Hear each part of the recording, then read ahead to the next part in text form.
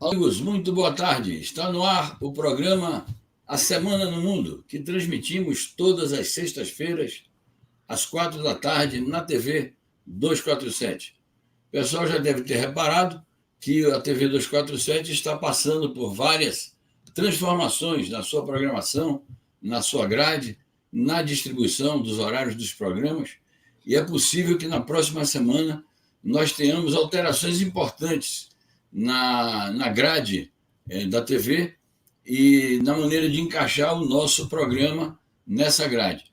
O horário vai permanecer 4 da tarde, mas provavelmente nós vamos entrar no escopo de um programa mais amplo, que é um programa, um jornal vespertino que estamos fazendo, e a Semana no Mundo vai ser uma das partes essenciais desse jornal vespertino. Nós já temos, na verdade, o Bom Dia 247, que tem uma longa duração, e temos o Boa Noite, que também tem uma longa duração, e a nossa ideia é fazer um vespertino, que deve começar pelas 3 da tarde, vai até umas 5h30, e certamente que os programas vespertinos que temos serão encaixados dentro desse grande programa como se fossem, e serão, né, espaços destacados, no nosso caso, A Semana no Mundo, para o comentário de assuntos internacionais, com convidados também, como temos no momento presente. Bom, boa tarde ao nosso querido público, e boa tarde, Rose, boa tarde, Everton. Sejam bem-vindos. Rose. Boa tarde, Zé Reinaldo. Boa tarde, Everton. Boa tarde à comunidade do Brasil 247. Agradeço mais uma vez o convite para participar do programa. Obrigado também, Zé. Obrigado. Um abraço para a Rose, para todo mundo que está nos ouvindo. Eu sempre também fico muito contente e acho que essas mudanças, Zé, porque o Brasil 247, o Bom Dia é muito legal, né? Tem um ritmo muito legal. Acho que pode dar, com certeza vai dar certo. E as pessoas aqui têm muito interesse, né, pelo tema internacional, e isso não vai mudar. Sem dúvida. É um dos temas de maior destaque na nossa programação. Eu queria aqui agradecer ao Marco Antônio Gáudio, a Cleonice Fialho e Lu Alves, que são novos membros do nosso canal. Muitíssimo importante esse apoio que a gente recebe toda vez que aparecem novos membros. Temos aqui também o Roberto França, como novo membro do nosso canal. E está aqui presente a Júlia Carvalho Pereira, lá da Bahia. Diz que com certeza será um excelente programa. Como sempre, a gente agradece muitíssimo a sua audiência, o seu acompanhamento. E essas mudanças a gente vai apresentar durante a semana. Nós vamos fazer os devidos anúncios. E é tudo sempre dentro desse escopo de transformar a TV 247 num veículo mais dinâmico, num veículo mais presente no cotidiano das pessoas. Quero lembrar também que outras formas de apoiar são o compartilhamento do conteúdo, dar os likes na nossa live, o apoio financeiro, certamente, tornar-se assinante. Tudo isso conta muito para reforçar o nosso canal, que é um canal independente, é um canal ligado às causas democráticas, populares, e no caso da temática do nosso programa, é um canal voltado para a defesa de valores importantes, como é a democratização das relações internacionais, a luta pela paz mundial, enfim, pela construção do mundo multipolar que está emergindo e se colocando cada vez como uma realidade mais consistente no mundo de hoje. Gente, hoje é dia 5 de maio e há 205 anos nasceu um dos maiores pensadores de todos os tempos, um pensador revolucionário, filósofo, economista, político, ele que criou a teoria Naturalmente que ele não fez isso sozinho, mas ele tem o principal mérito de ter criado a teoria do socialismo científico. Eu me refiro a Karl Marx, uma grande figura, e apesar de todas as mudanças do sistema capitalista e também aos vai-vens da geopolítica, nós tivemos muitas revoluções populares e socialistas desde meados do século XIX, entrando pelo século XX, e tivemos também retrocessos, mas mesmo assim as ideias fundamentais de Karl Marx estão vivas, estão vigentes. Vou compartilhar na tela aqui um artigo que nós publicamos hoje no Brasil 247 e queria pedir a Rose Martins e ao Everton Brito para comentarem que impressões vocês têm do pensamento e da obra do Karl Marx. Rose. Em primeiro lugar, quero dizer que é muito importante lembrar, viu, Zé? Obrigada por trazer essa efeméride. E dizer que, mais do que nunca, né, dados os últimos conflitos no seio do sistema capitalista e o que a gente está enfrentando aqui no Brasil, e principalmente a periferia do sistema, mais do que nunca é preciso refletir sobre o legado de Marx e refletir da sua atualidade, né, e a importância das suas ideias, de tudo que ele escreveu e construiu, e que foi central para a história dos trabalhadores do mundo, né? Suas ideias foram centrais, e recomendar que todos leiam Marx. Perfeito, Rose, muito obrigado. Everton. Zé, muito bem lembrada essa efeméride de hoje. O Marx tem uma assombrosa atualidade, é assombroso como ele foi capaz de prever, inclusive, qual seria o uso da tecnologia, que a gente está tanto debatendo hoje, que se fosse nas mãos do capitalismo, para que serviria, se fosse nas mãos de uma sociedade socialista, como seria. Quer dizer, é impressionante a atualidade. Ele foi, na concepção integral da palavra, um cientista, considerado, inclusive, o maior filósofo do mundo, em votação que não foi feita só com socialistas nem revolucionários, mas na acepção da palavra, um cientista muito rigoroso, que chegou às suas conclusões através de muito estudo, e foi também, na acepção integral da palavra, um revolucionário. Uma pessoa que, e isso é uma das lições do Marx, além do aporte teórico dele, é a própria vida dele, que o Marx jamais, com todo o brilhantismo dele, com toda a capacidade de influenciar que ele tinha, ele sempre viveu vicissitudes, ele e a família dele, problema por conta da sua opção e por conta dele sempre se negar a traficar o mínimo que fosse seus princípios em troca de uma ou outra benesse. Foi expulso de faculdade, impedido de dar aula, expulso várias vezes de diversos países, inclusive para o seu país natal, a Alemanha. Então, é um homem que, tanto no campo da teoria como no campo da prática, é inesquecível. E como disse Engels na elegia final, perante o túmulo de Marx, quando Marx foi enterrado, sua obra e suas ideias permanecerão eternas. Perfeito, Everton. A gente destaca nesse artigo, claro, tem muitos aspectos aí da biografia e da obra literária do Marx, no domínio da filosofia, da ciência política e da ciência econômica, mas a gente resume assim, o que está no subtítulo do artigo, né? Deve-se a Marx a transformação do socialismo de utopia em ciência.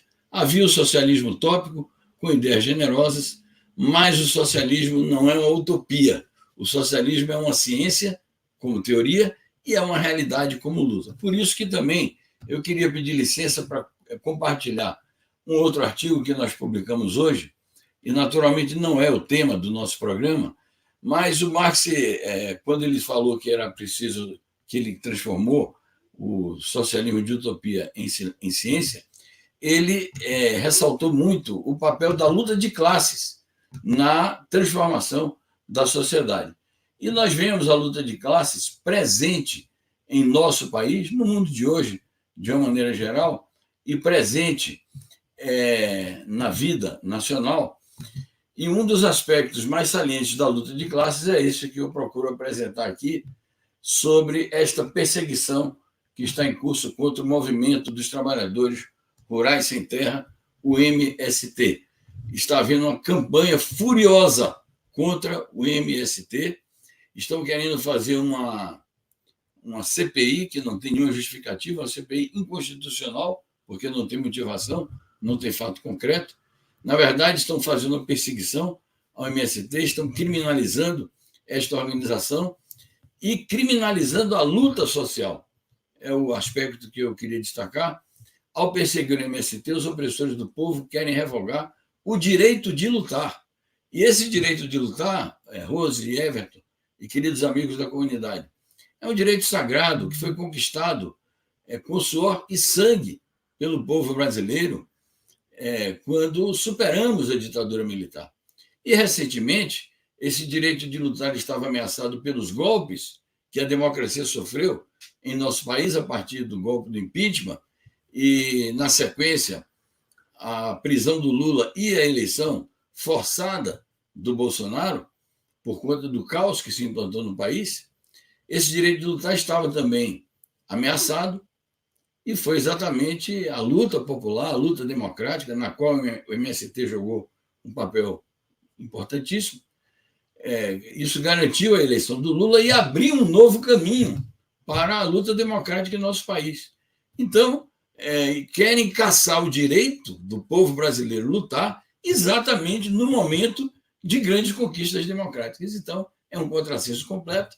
Eu queria, então, invocar, não é uma efeméride, obviamente, eu estou entrando aqui num tema da conjuntura nacional, e como vocês acompanham também muito a conjuntura nacional, como intelectuais orgânicos que são, e militantes políticos e sociais, eu passo para vocês fazer algum comentário sobre este tema, que é um tema palpitante da vida política e social brasileira. Diga, Rose. Eu quero dizer que o MST merece o apoio nesse momento, sobretudo nesse momento, de toda a esquerda, né, de todos aqueles que apoiam a luta popular, porque é inegável que o governo Lula está sob disputa, né, e a direita quer a sua parte, está lutando pela sua parte. E a gente está falando aqui, o Zé já fez alusão à CPI, né, que é um ataque frontal ao movimento. Então, acho que nesse momento é muito importante a sua lembrança, mesmo sendo um tema interno, da política interna, e que a gente apoie o MST, a luta do MST, que não começou ontem, né? E que é uma luta de ganhos e uma luta árdua, muito importante para os trabalhadores brasileiros e para o movimento agrário brasileiro. Perfeito, Rose. Everton. Eu acho que todo democrata deve solidariedade ao MST, e se o democrata em questão for uma pessoa de esquerda, isso se torna uma obrigação militante. O MST é um símbolo importantíssimo da luta do povo brasileiro, que, inclusive, em relação às questões internacionais, tem posições bastante coerentes, bastante corajosas. É uma das organizações que pode ajudar a construir um futuro socialista no Brasil e, por isso, por sua coerência, por sua firmeza, é alvo da sanha dos reacionários, dos anticomunistas. Então, toda a nossa solidariedade ao bravo movimento dos trabalhadores sem terra. Perfeito, Everton. Bom, gente, vamos entrar no nosso temário internacional e eu já vou lançar a seguinte pergunta. Durante a semana houve um episódio que foi classificado pela Rússia como um atentado à vida, uma intentona de realizar um atentado contra a vida do presidente russo Vladimir Putin, com aquele sobrevoo de drones sobre o Kremlin, que é a sede do governo russo, residência também do presidente da Rússia. E a pergunta que eu lanço foi realmente um atentado à vida do presidente Putin? É um caso de guerra e é um motivo para a intensificação dos conflitos entre a Rússia e a Ucrânia e, naturalmente, os apoiadores da Ucrânia? Enquanto vocês comentam, eu vou passar aqui algumas notícias, mas foi um assunto que mobilizou enormemente a opinião pública internacional a partir do meio da semana até hoje. E as consequências estão aí a olhos vistos. Então, Rose, houve um atentado, houve uma tentativa de assassinar o presidente Putin, e isto é um fato importante na guerra e no conflito entre a Rússia e a Ucrânia, e entre a Rússia e os parceiros da Ucrânia, Estados Unidos e OTAN? Olha, acho que essa é uma pergunta de milhões, né? Se foi de fato um atentado e quem levou a cabo esse atentado. Eu acho que o que a gente pode discutir disso são as consequências, né? E como esse evento vai ser utilizado pela Rússia, principalmente, claro, porque é o lado da disputa que se sentiu violentado. A narrativa do Kremlin é que foi um atentado, né, que eram drones ucranianos, e que não foi um atentado puramente da Ucrânia, né, que o Lavrov fala isso, que os ucranianos não fariam isso sem o apoio de seus mentores ocidentais, mais especificamente os Estados Unidos, que é o país que mais está dando apoio material e retórico para a Ucrânia nessa guerra. Bom, e aí, partindo dessa informação de que é dessa forma que o Kremlin, né, interpretou esse evento, sem entrar no mérito do que aconteceu de fato, a gente pode tentar aí refletir sobre as consequências para a guerra, né? A gente já está vivendo um momento, né? Aliás, não é um momento tão recente, porque a gente pode pegar aí desde setembro do final do ano passado, né, de setembro do ano passado, que tem uma escalada na guerra, no uso da violência, na disputa retórica, né, do que os dois lados têm proposto, têm falado. Então, todos esses acontecimentos que permeiam essas relações, eles têm contribuído para escalar a guerra, né? Para deixar, digamos assim, a possibilidade de uma saída negociada cada vez mais distante. E voltando à questão do atentado, aí eu quero lembrar o que aconteceu sobre a sabotagem dos gasodutos, né, da Rússia.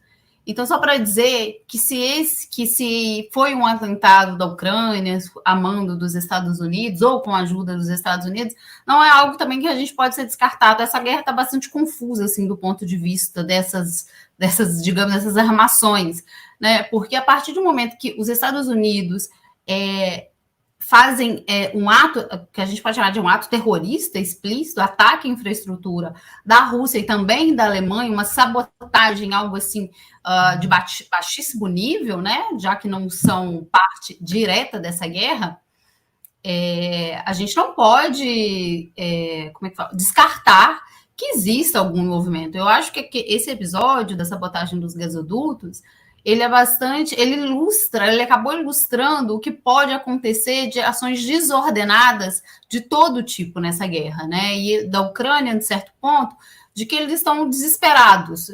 A Ucrânia não tem uma estratégia de guerra decidida nacionalmente, então não me surpreenderia se eles tivessem feito isso de uma forma muito mal projetada, enfim, que desse esse gás para a Rússia de uma possível escalada na guerra ou de uma justificativa de maior uso da força militar.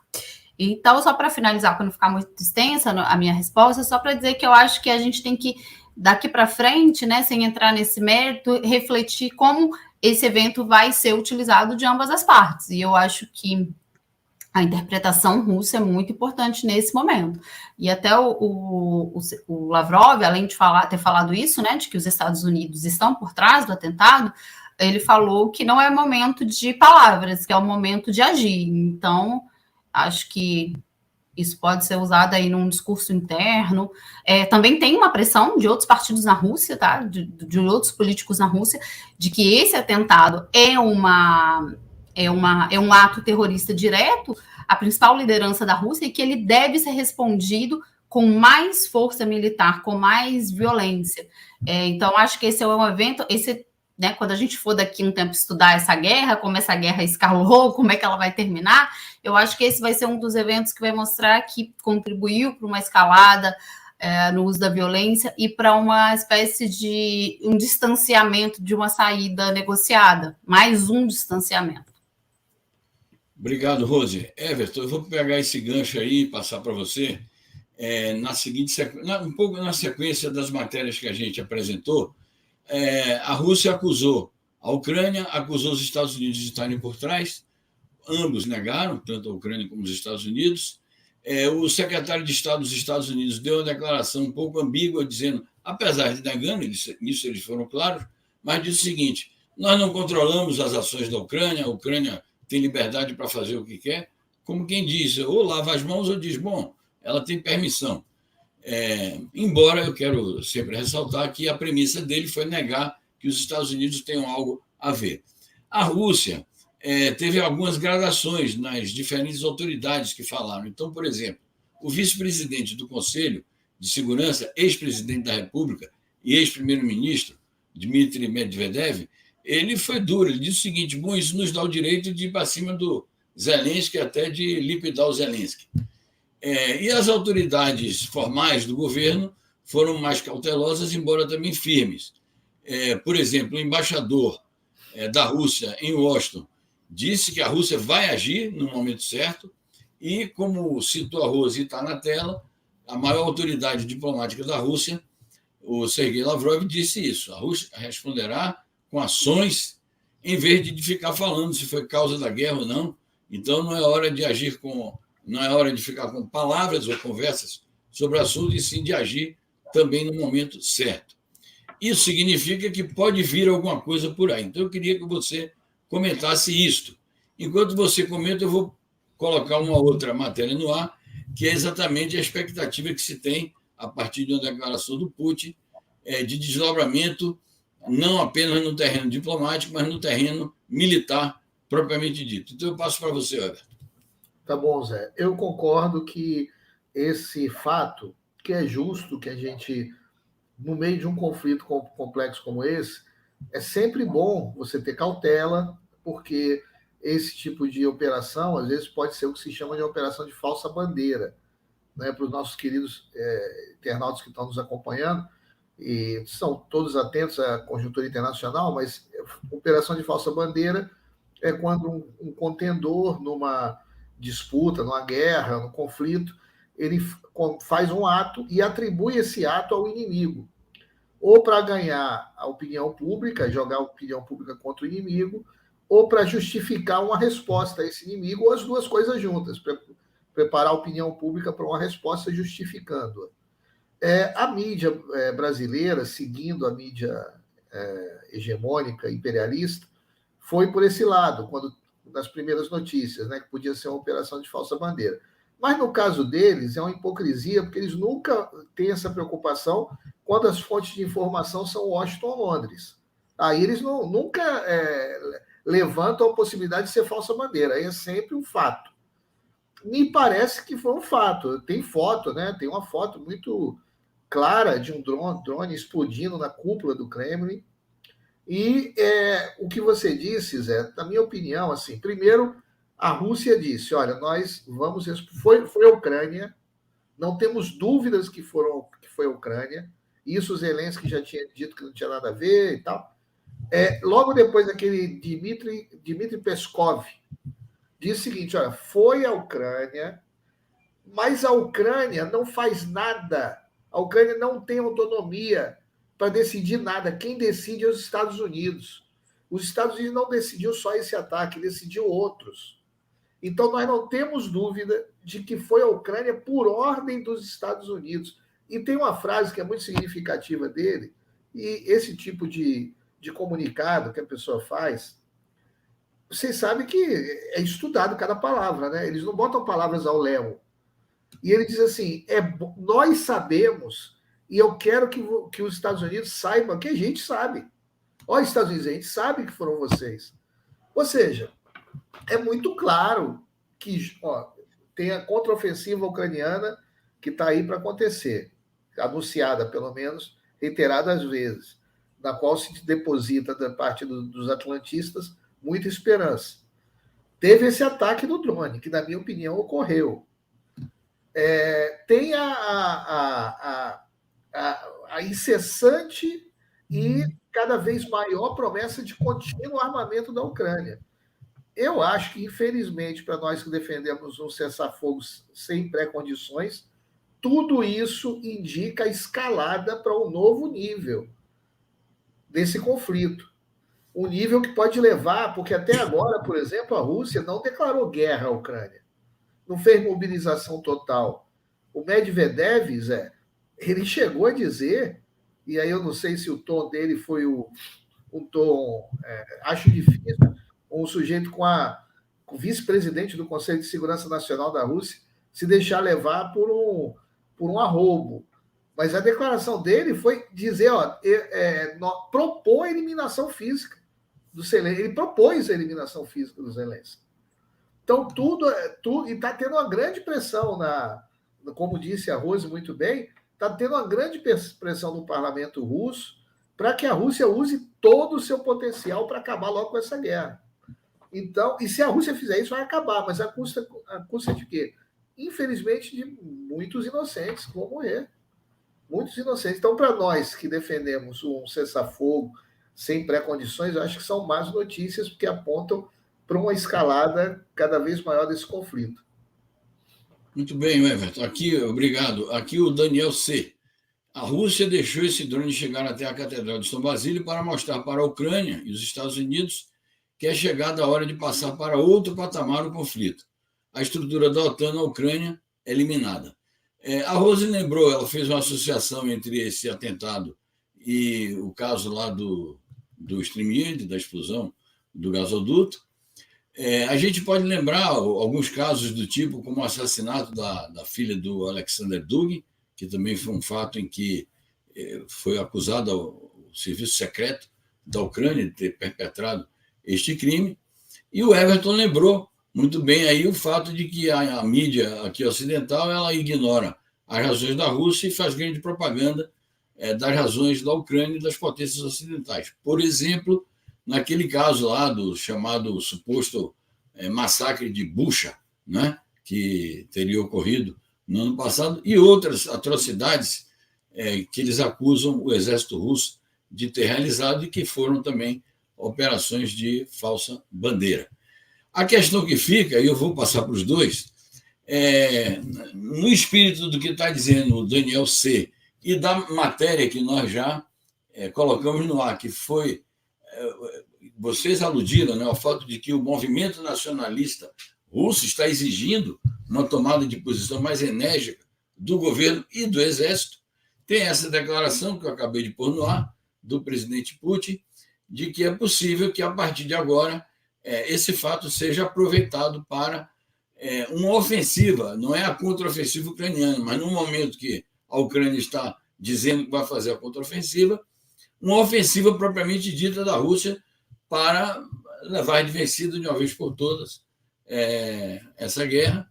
Não sei se isso está no horizonte, é algo que a Rose sempre lembra isso, né? As questões militares a gente nunca pode prefigurar, nunca pode prever, porque são segredos, necessariamente assim. De qualquer maneira, rapidinho, eu passo para a Rose em seguida, para o Everton, a mesma questão.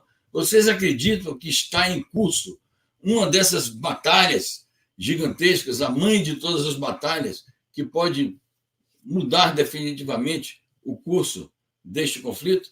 Então, a Rose e depois o Everton, por favor. Olha, eu não sei responder exatamente, mas o que eu acredito que esteja, sim, no horizonte do grupo político do Vladimir Putin uma escalada no uso da violência na Ucrânia. Porque a guerra, de setembro para cá, depois com os referendos, depois com uma volta de uma aproximação das forças russas de Kiev, né, os bombardeios de Kiev chegou a ficar sem água, sem luz, a guerra está se arrastando mais, acredito, do que a Rússia espera e deseja.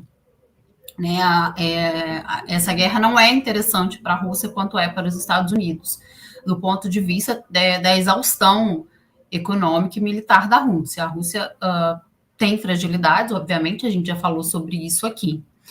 Então, eu não acho que talvez esteja assim, no horizonte uma intensificação para ver se essa guerra termina, porque a gente está vendo que as saídas, né, a gente teve as propostas de paz aí, o empenho do Lula, a proposta de paz chinesa, mas que elas perdem, né, elas se dissipam, porque são interesses muito conflitantes.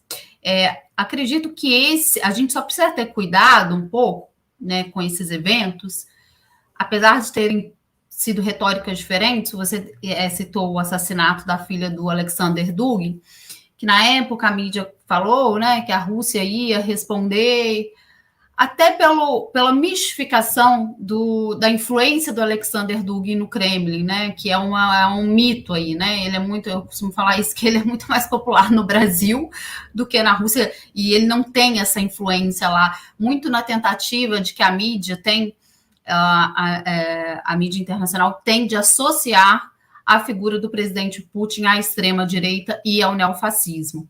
Então, na época, o Kremlin falou, né, declarou que seria um ataque da Ucrânia, prestou condolências, mas isso ficou por aí, não significou nada.